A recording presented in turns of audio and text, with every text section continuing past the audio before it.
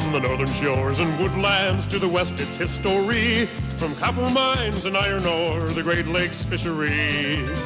To the farmlands of the southern counties and east to Chesapeake Bay, look at all that waits the sportsman across the USA. And sometimes when the moon brings out the diamonds and the snow, the stillness of the forest is encased in Arctic cold. The wind might whisper through the trees, listen to it say, the beauty of our great outdoors across the USA. Hi there, come on in. I have a fishing technique to present to you. Now you're gonna think this is really weird. We're gonna use little teeny tiny hooks with small maggot-like baits. We're gonna use floats that just weigh virtually nothing and cast out the way they do in Europe. A European fishing technique that I found out absolutely slays the fish. Wait till you hear about this, it's gonna be great. We also have a report on how to catch fish during the dog days of summer and Karen's small game casserole. What a recipe. All this coming up in just a moment, so please stay tuned. I'm Fred Trost. It's time for the Outdoor Digest.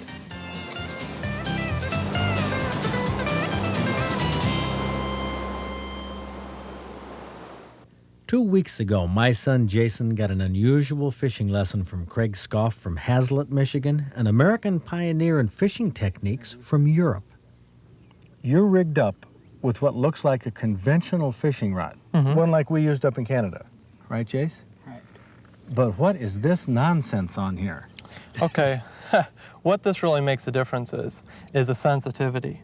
All right, this isn't a very small line. This is a rig I would use to teach kids, let's say in America, because it's rigged with about a 6 or 4 pound line.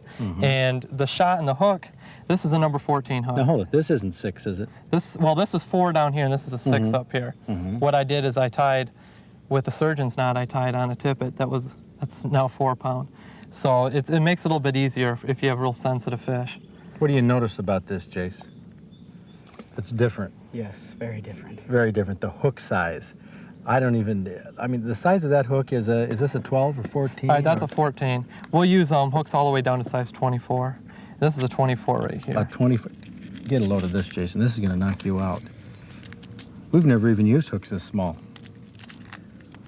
Ratman paper. See, so these, I mean, that's about an average hook over in Europe, right there. How in the world would you tie this on your line? Well, I mean, how could you see and thread it through? It's you gotta be real careful when you're doing it.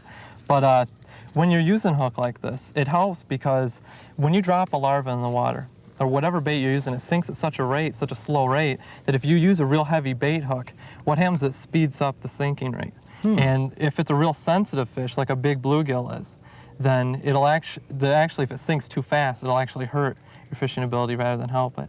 Look at well, I'd call this a sinker, a split shot. Is that what they're called? Split shot, yeah. Split shot. The size of that, I don't know how much that must weigh, but not much. Not much at all. And then up a little higher is a larger one. Yeah. And then up to larger ones.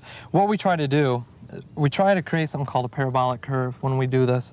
And what that is you spread the shot out so that the closer it gets to the hook, the smaller it gets. Okay.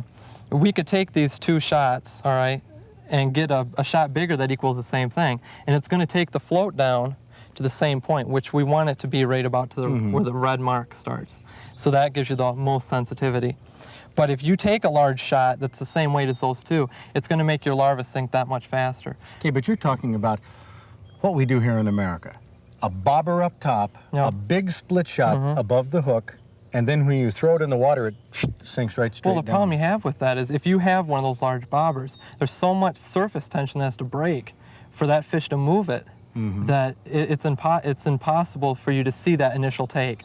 When you have a float like this, that you get set right down to the tip like that, or let's say if you had one of these, this is a cane-tipped peacock quill, this small tip like that. These are peacock quills. Those are peacock quills. So how much would you say that weighs, Jace?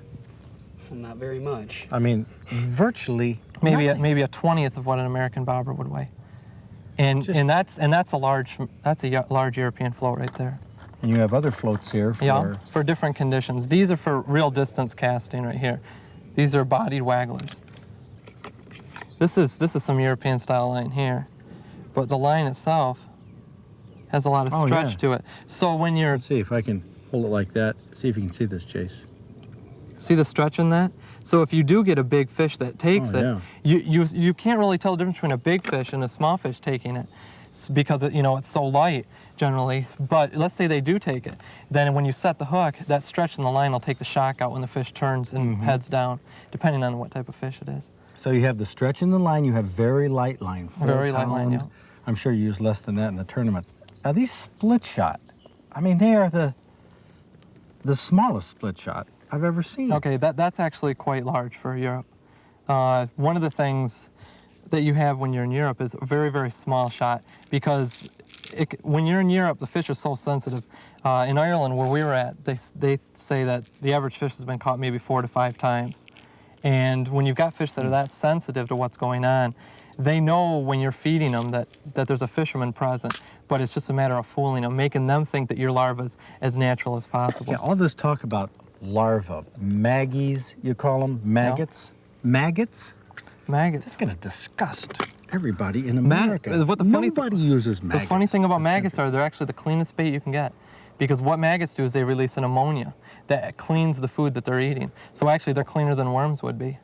There they are, Jace. Do they look like maggots? No. They don't. This is kind of festive. There's a lot of different colors of them.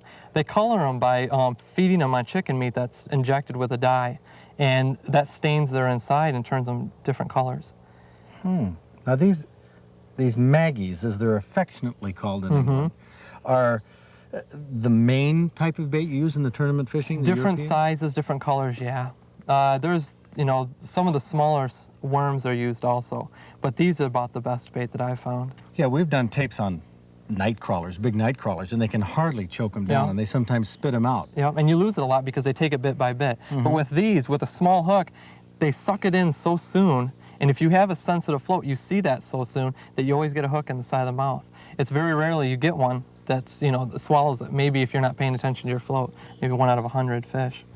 Okay, you can see the pointy end and the flat end. All right, the thing about the flat end here is that you've got a little lip of skin off to one side here. Now, if you take the hook and run it right through that lip of skin, just like that, you can usually get a good hookup. That wasn't a very good hookup. See how he bursts? All right, this is a large hook. This isn't a very good hook for what we're using here.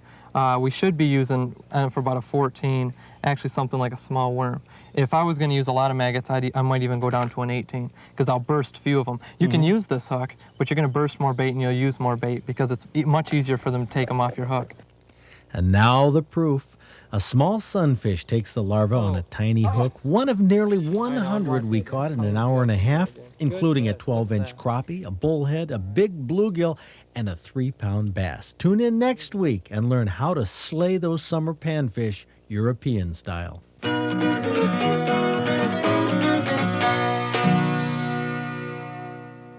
Isn't that style of fishing incredible? Something we're not used to in this country, but something that really pays off. In fact, next week, we're going to show you how we catch largemouth bass, bullhead, crappie, bluegill, all using those little baits and little hooks.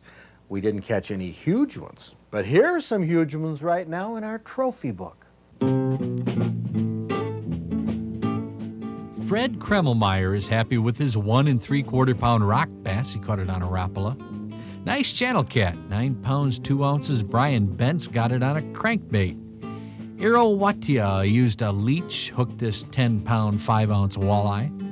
And what a smallmouth, 5 pounds 6 ounces, caught on a night crawler. Probably fought the socks off Richard Leppian. Jerry Roy of Dexter took this 12-pointer with a 21-inch spread using his muzzle loader. Nice buck, too, for Dwayne Howell, a 10-pointer with over 20 inches in spread. Bill Burns shows us his gobbler, over 20 pounds, with an almost 10-inch beard. And here's an unbelievable hunter, Dennis Kolomainen, with his 16-pointer with a 16.5-inch spread.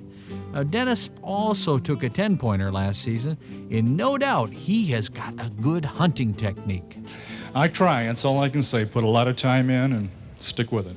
When do you put the time in? You do a lot of preseason scouting? Preseason scouting, I hunt about every day that my wife will let me.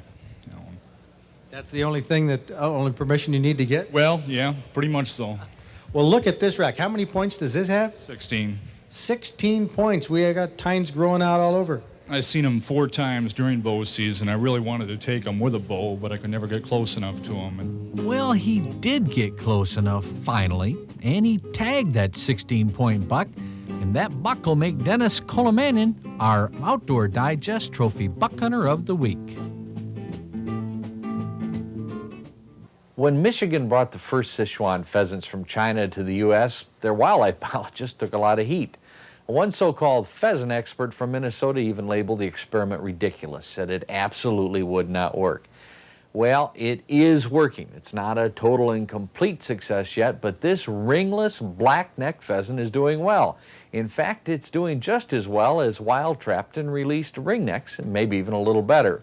Biologists see a lot of promise in Sichuans being able to fill in some niches that ringnecks have left almost empty.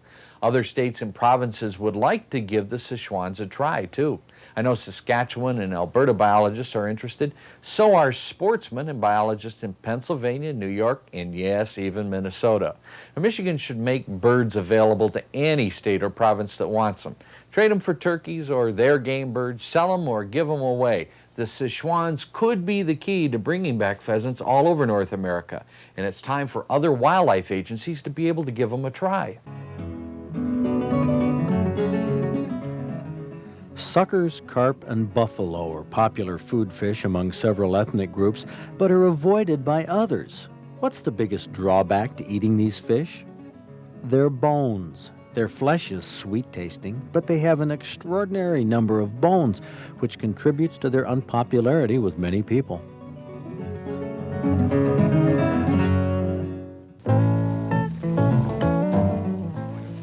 Not much of a prettier sight around in the outdoors than a Labrador retriever returning a duck to its master. Unfortunately, with ducks getting scarcer and seasons a little shorter, retrievers can't always get enough time in the water. There's a club nowadays that's set up purposefully to give retrieving dogs a chance to show their stuff year-round, and not just during the hunting season. The organization is called the Hunting Retriever Club. It's not a field trial organization, not at all. Dogs are entered in hunting trials, but they do not compete against other dogs. See, they really only compete against certain tasks or tests presented by the judges. Now, since the competition is not dog-eat-dog, so to speak, handlers and dog owners are much freer to help each other, make suggestions, train together, and not feel like competitors. Bob Steiner, Midwest field representative of the Hunting Retriever Club, says the benefit of their organization is that all dogs may enter trials and test at 3 levels and will be fully tested, not thrown out because of an earlier mistake or error. There's a chance to learn something. The Hunting Retriever Club is associated with United Kennel Club, and for further information on either organization, call area code 616-342-9020. Here we are, August. I mean, to many people, this is the worst time of the summer to fish. They say the water is so warm, the fish are sluggish. Actually, the fish are quite active. Catching them is a trick because they have a lot of food out there, but the dog days present some big challenges. So here we are with a report on how you can catch fish during those dog days of summer. Well, there's a good dog days activity in the month of August. Get out on a pontoon boat with a bunch of people and have a good time on the water. A lot of people do that and they hang up their fishing poles, but not everybody. There's fish to be caught in these lakes. We're here on a 68-acre small mid-Michigan lake. You can see the building developments around it. It's a private lake, a lake that has bluegill, pike, what else? Bass. Bass. We have some kids here who have caught a monstrous fish in the dog days, the first weekend in August, right? Yeah, I guess so. Now you look at this fish. This is not what you call a typical small lake fish, is it? Not really, not by this lake standards, I guess. Yeah, you know what it is, don't you? Big fish in anybody's book. When Abby was there, his 14-year-old buddy Hal Lepola were the accomplices. 15-year-old Ron Egris was the lucky angler who figured out the strategy to entice this big boy to take the bait. But exactly what is it? Well, it's not a northern pike, which was planted in this lake. Northerns have dark bodies with white spots. This has a light body with dark spots, and the spots are in somewhat of a striped pattern. The consensus is that it's a tiger muskie, a cross between a northern pike and a muskie. A look at those choppers shows us that it's an eating machine, one that somebody must have slipped into this lake when it was small. But now it's large, with teeth as big as a dog's, but much sharper. Muskies have been known to eat all kinds of fish, birds, and animals in the water, which is why you need heavy tackle. Now, the rod and the reel don't have to be all that large, but for live bait, a treble hook is in order, and when you're going for a trophy-size fish like this, a wire leader can protect your line. You were ready for him. Okay, how big of a minnow was it? About 4-inch chum. And you threw it out where? About 20 yards from shore. Yeah, about 20 yards or so. Same time of evening that you saw it the night before? About same time, yes. How long did it take before there was some action? Well, not too long. Cast out. 2 minutes? 2 minutes. I started walking back for my other rod so I could like cast for repellas and with the repella for other fish or bass or something while I was waiting for something to hit this. Came back and wind told me something was happening, so I came back, checked it out, and set the hook? Yeah, and then what happened? I don't know. I tried to reel it in, kept on moving out. Every time we got it close to shore, it took a run back into the lake. Did it ever break the surface of the water? A little bit, just like the back.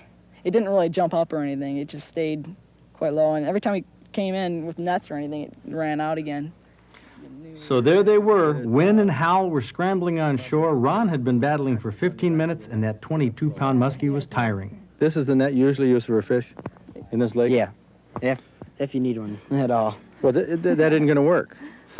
You must have known that wasn't going to work on this fish. Oh, yeah. So what'd you do? We got this net. Oh, we got another net. We got a smelt net. So you got on this end with the smelt net, huh, Hal? And you were on the front end? Yeah. And Wynn was on the back end? Yes. And how did you do it? I want to see how you netted it. You got that end and that got that end and lifted them up out of the water? Yeah. What a story. They soon had a crowd gathered. They put the monster in a wheelbarrow and showed the trophy off to the neighbors, who were obviously amazed that a big muskie like this had been living in their neighborhood lake. But it's even more amazing that Ron Egris caught it so easily. But that's what happens when a plan comes together. Ron sized up the situation. He figured the big muskie would prefer minnows to a lure. He got the right-sized minnow, fished at the same time in the evening in the same place he saw that muskie earlier, and it worked. Now, fish are creatures of habit, but there are a few basic principles to follow, which Ron Egris from DeWitt followed to catch his trophy. Number one, live bait is a winning method because it's a natural food, but the fish have to see it. Now, never let it lay on the bottom because a minnow like that will always try to hide. Keep a minnow suspended where it can wiggle and attract hungry fish. The smaller the hook, the lighter the line, the better, because the fish can't feel it as much when they pick up the bait. Now, with worms, hook them only once through the collar on that light-colored band. You want the worm to wiggle, to be seen, and a feeding fish will slurp the whole thing, even a whole night crawler. With lures, same principles apply. They should wiggle, but not move too fast. A crankbait like this with a big lip that makes it dive deep when you retrieve it will cause it to get down where the fish are. Okay. You don't want a fast-moving bait in the heat of the summer. Another way to beat the heat of the summer, fish when the fish are not hiding from the heat. Try night fishing. That's when Mark Martin catches all of his big walleye. He says that's when they move into the shallows to chase the minnows. If you don't mind staying up, you can find some good midsummer action after midnight. Oh my gosh, she's got to go 8 pounds. Oh, jeez, Mark uses an electric trolling motor to quietly sneak his lures past the walleye. His deep diving baits go down near the bottom 14 to 15 feet by the structure. And midsummer, even those big fish bite lightly. If you feel a small tap, lace it to them because it could very well be a large fish. 6 and a half? Oh, he's an easy 6. He's an easy 6? Yeah. He's skinny. Good-sized walleye like that feed lightly at night, but they feed during the dog days, and Mark Martin has ample proof of that. Now, this isn't to say that fish can't be taken during daylight, Plenty of trophies are caught in July and August during the day, but remember, there's no time of year when more anglers are pounding the lakes harder than during the end of the summer vacation period. We're bound to see more fish caught because more people are fishing, and it's a misnomer to think that fish don't feed in the summer because it's hot. In fact, the opposite is true. Conditions are perfect. The water is full of insects and minnows, small fish, crustaceans. Water temperatures are ideal for the growth of fish and for the growth of fish food. And the fact is, any fish can find a meal any time at once in August, and it doesn't have to go on a big prowl for it either. That's why you need to get your baits and lures in front of the fish, work them slow, show them some enticing action. Now, slow trolling is good. Casting or still fishing with a lively bait will also work well. Keep in mind you have to get that right in front of them, right on their dinner table. Now, here's a situation you just saw that shouldn't be. Wayne Magdalena was fishing midsummer, middle of the day with a surface bait. Lo and behold, he caught a largemouth bass. It was undoubtedly sitting in the weeds just below the surface. Wayne pulled the lure right over its nose. But that's the key to dog days fishing. Just because the fish are lazy, don't you be lazy too.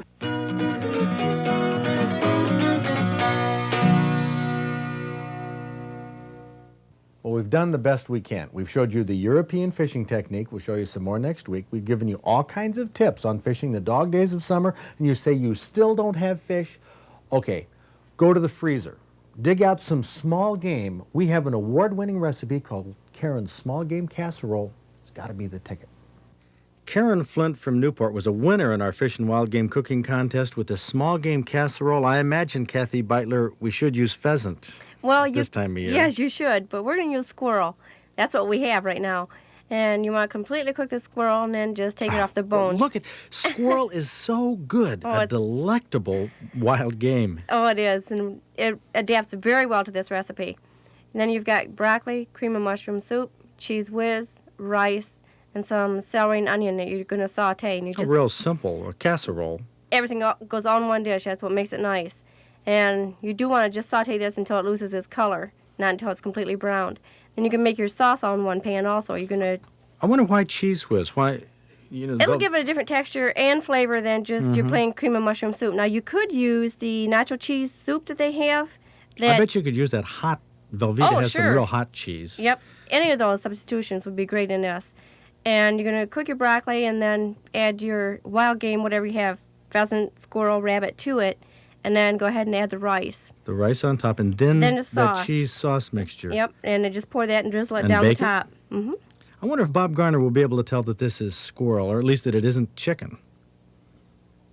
I think I could, because a store-bought chicken is generally a little fattier. There's a little more fat in the chicken than there is in this squirrel. I forgot for a second this was squirrel. But the meat is so good and so tender and so tasty. It's not only a way to make a real tough old squirrel edible, but it's a way to make it taste really great. I mean, this is superb. I think it's a great way to stretch a recipe. I mean, you've got a little bit of meat, and boy, you can just really add to this. One change I'd make in the recipe. I give up. I'd put more squirrels in.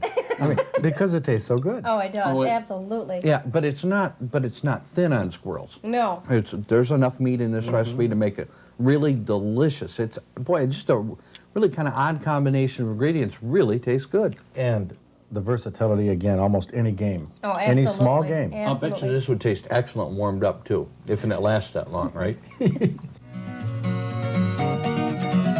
If that recipe looked good to you, but you didn't catch all the ingredients, no problem. It's in the new July-August issue of the Outdoor Digest magazine. You know, looking back on tonight's show, we didn't include the little teeny baits and little teeny hooks at European-style fishing in our Dog Days of Summer report because at the time we did that, we didn't know about this crazy, wacky style. We're going to show you some more of that next week, but give that a try, or at least get outdoors if you can. It's a great place to be. See you next week. Partners in preserving America's outdoor heritage. Next week on Outdoor Digest, we're going to prove that these European-style fishing techniques that seem so crazy with a little Euro larva and little hooks, they actually work. In fact, they're dynamite for catching panfish in the middle of the summer. We'll show you exactly how. That's next week, right here on Public Television.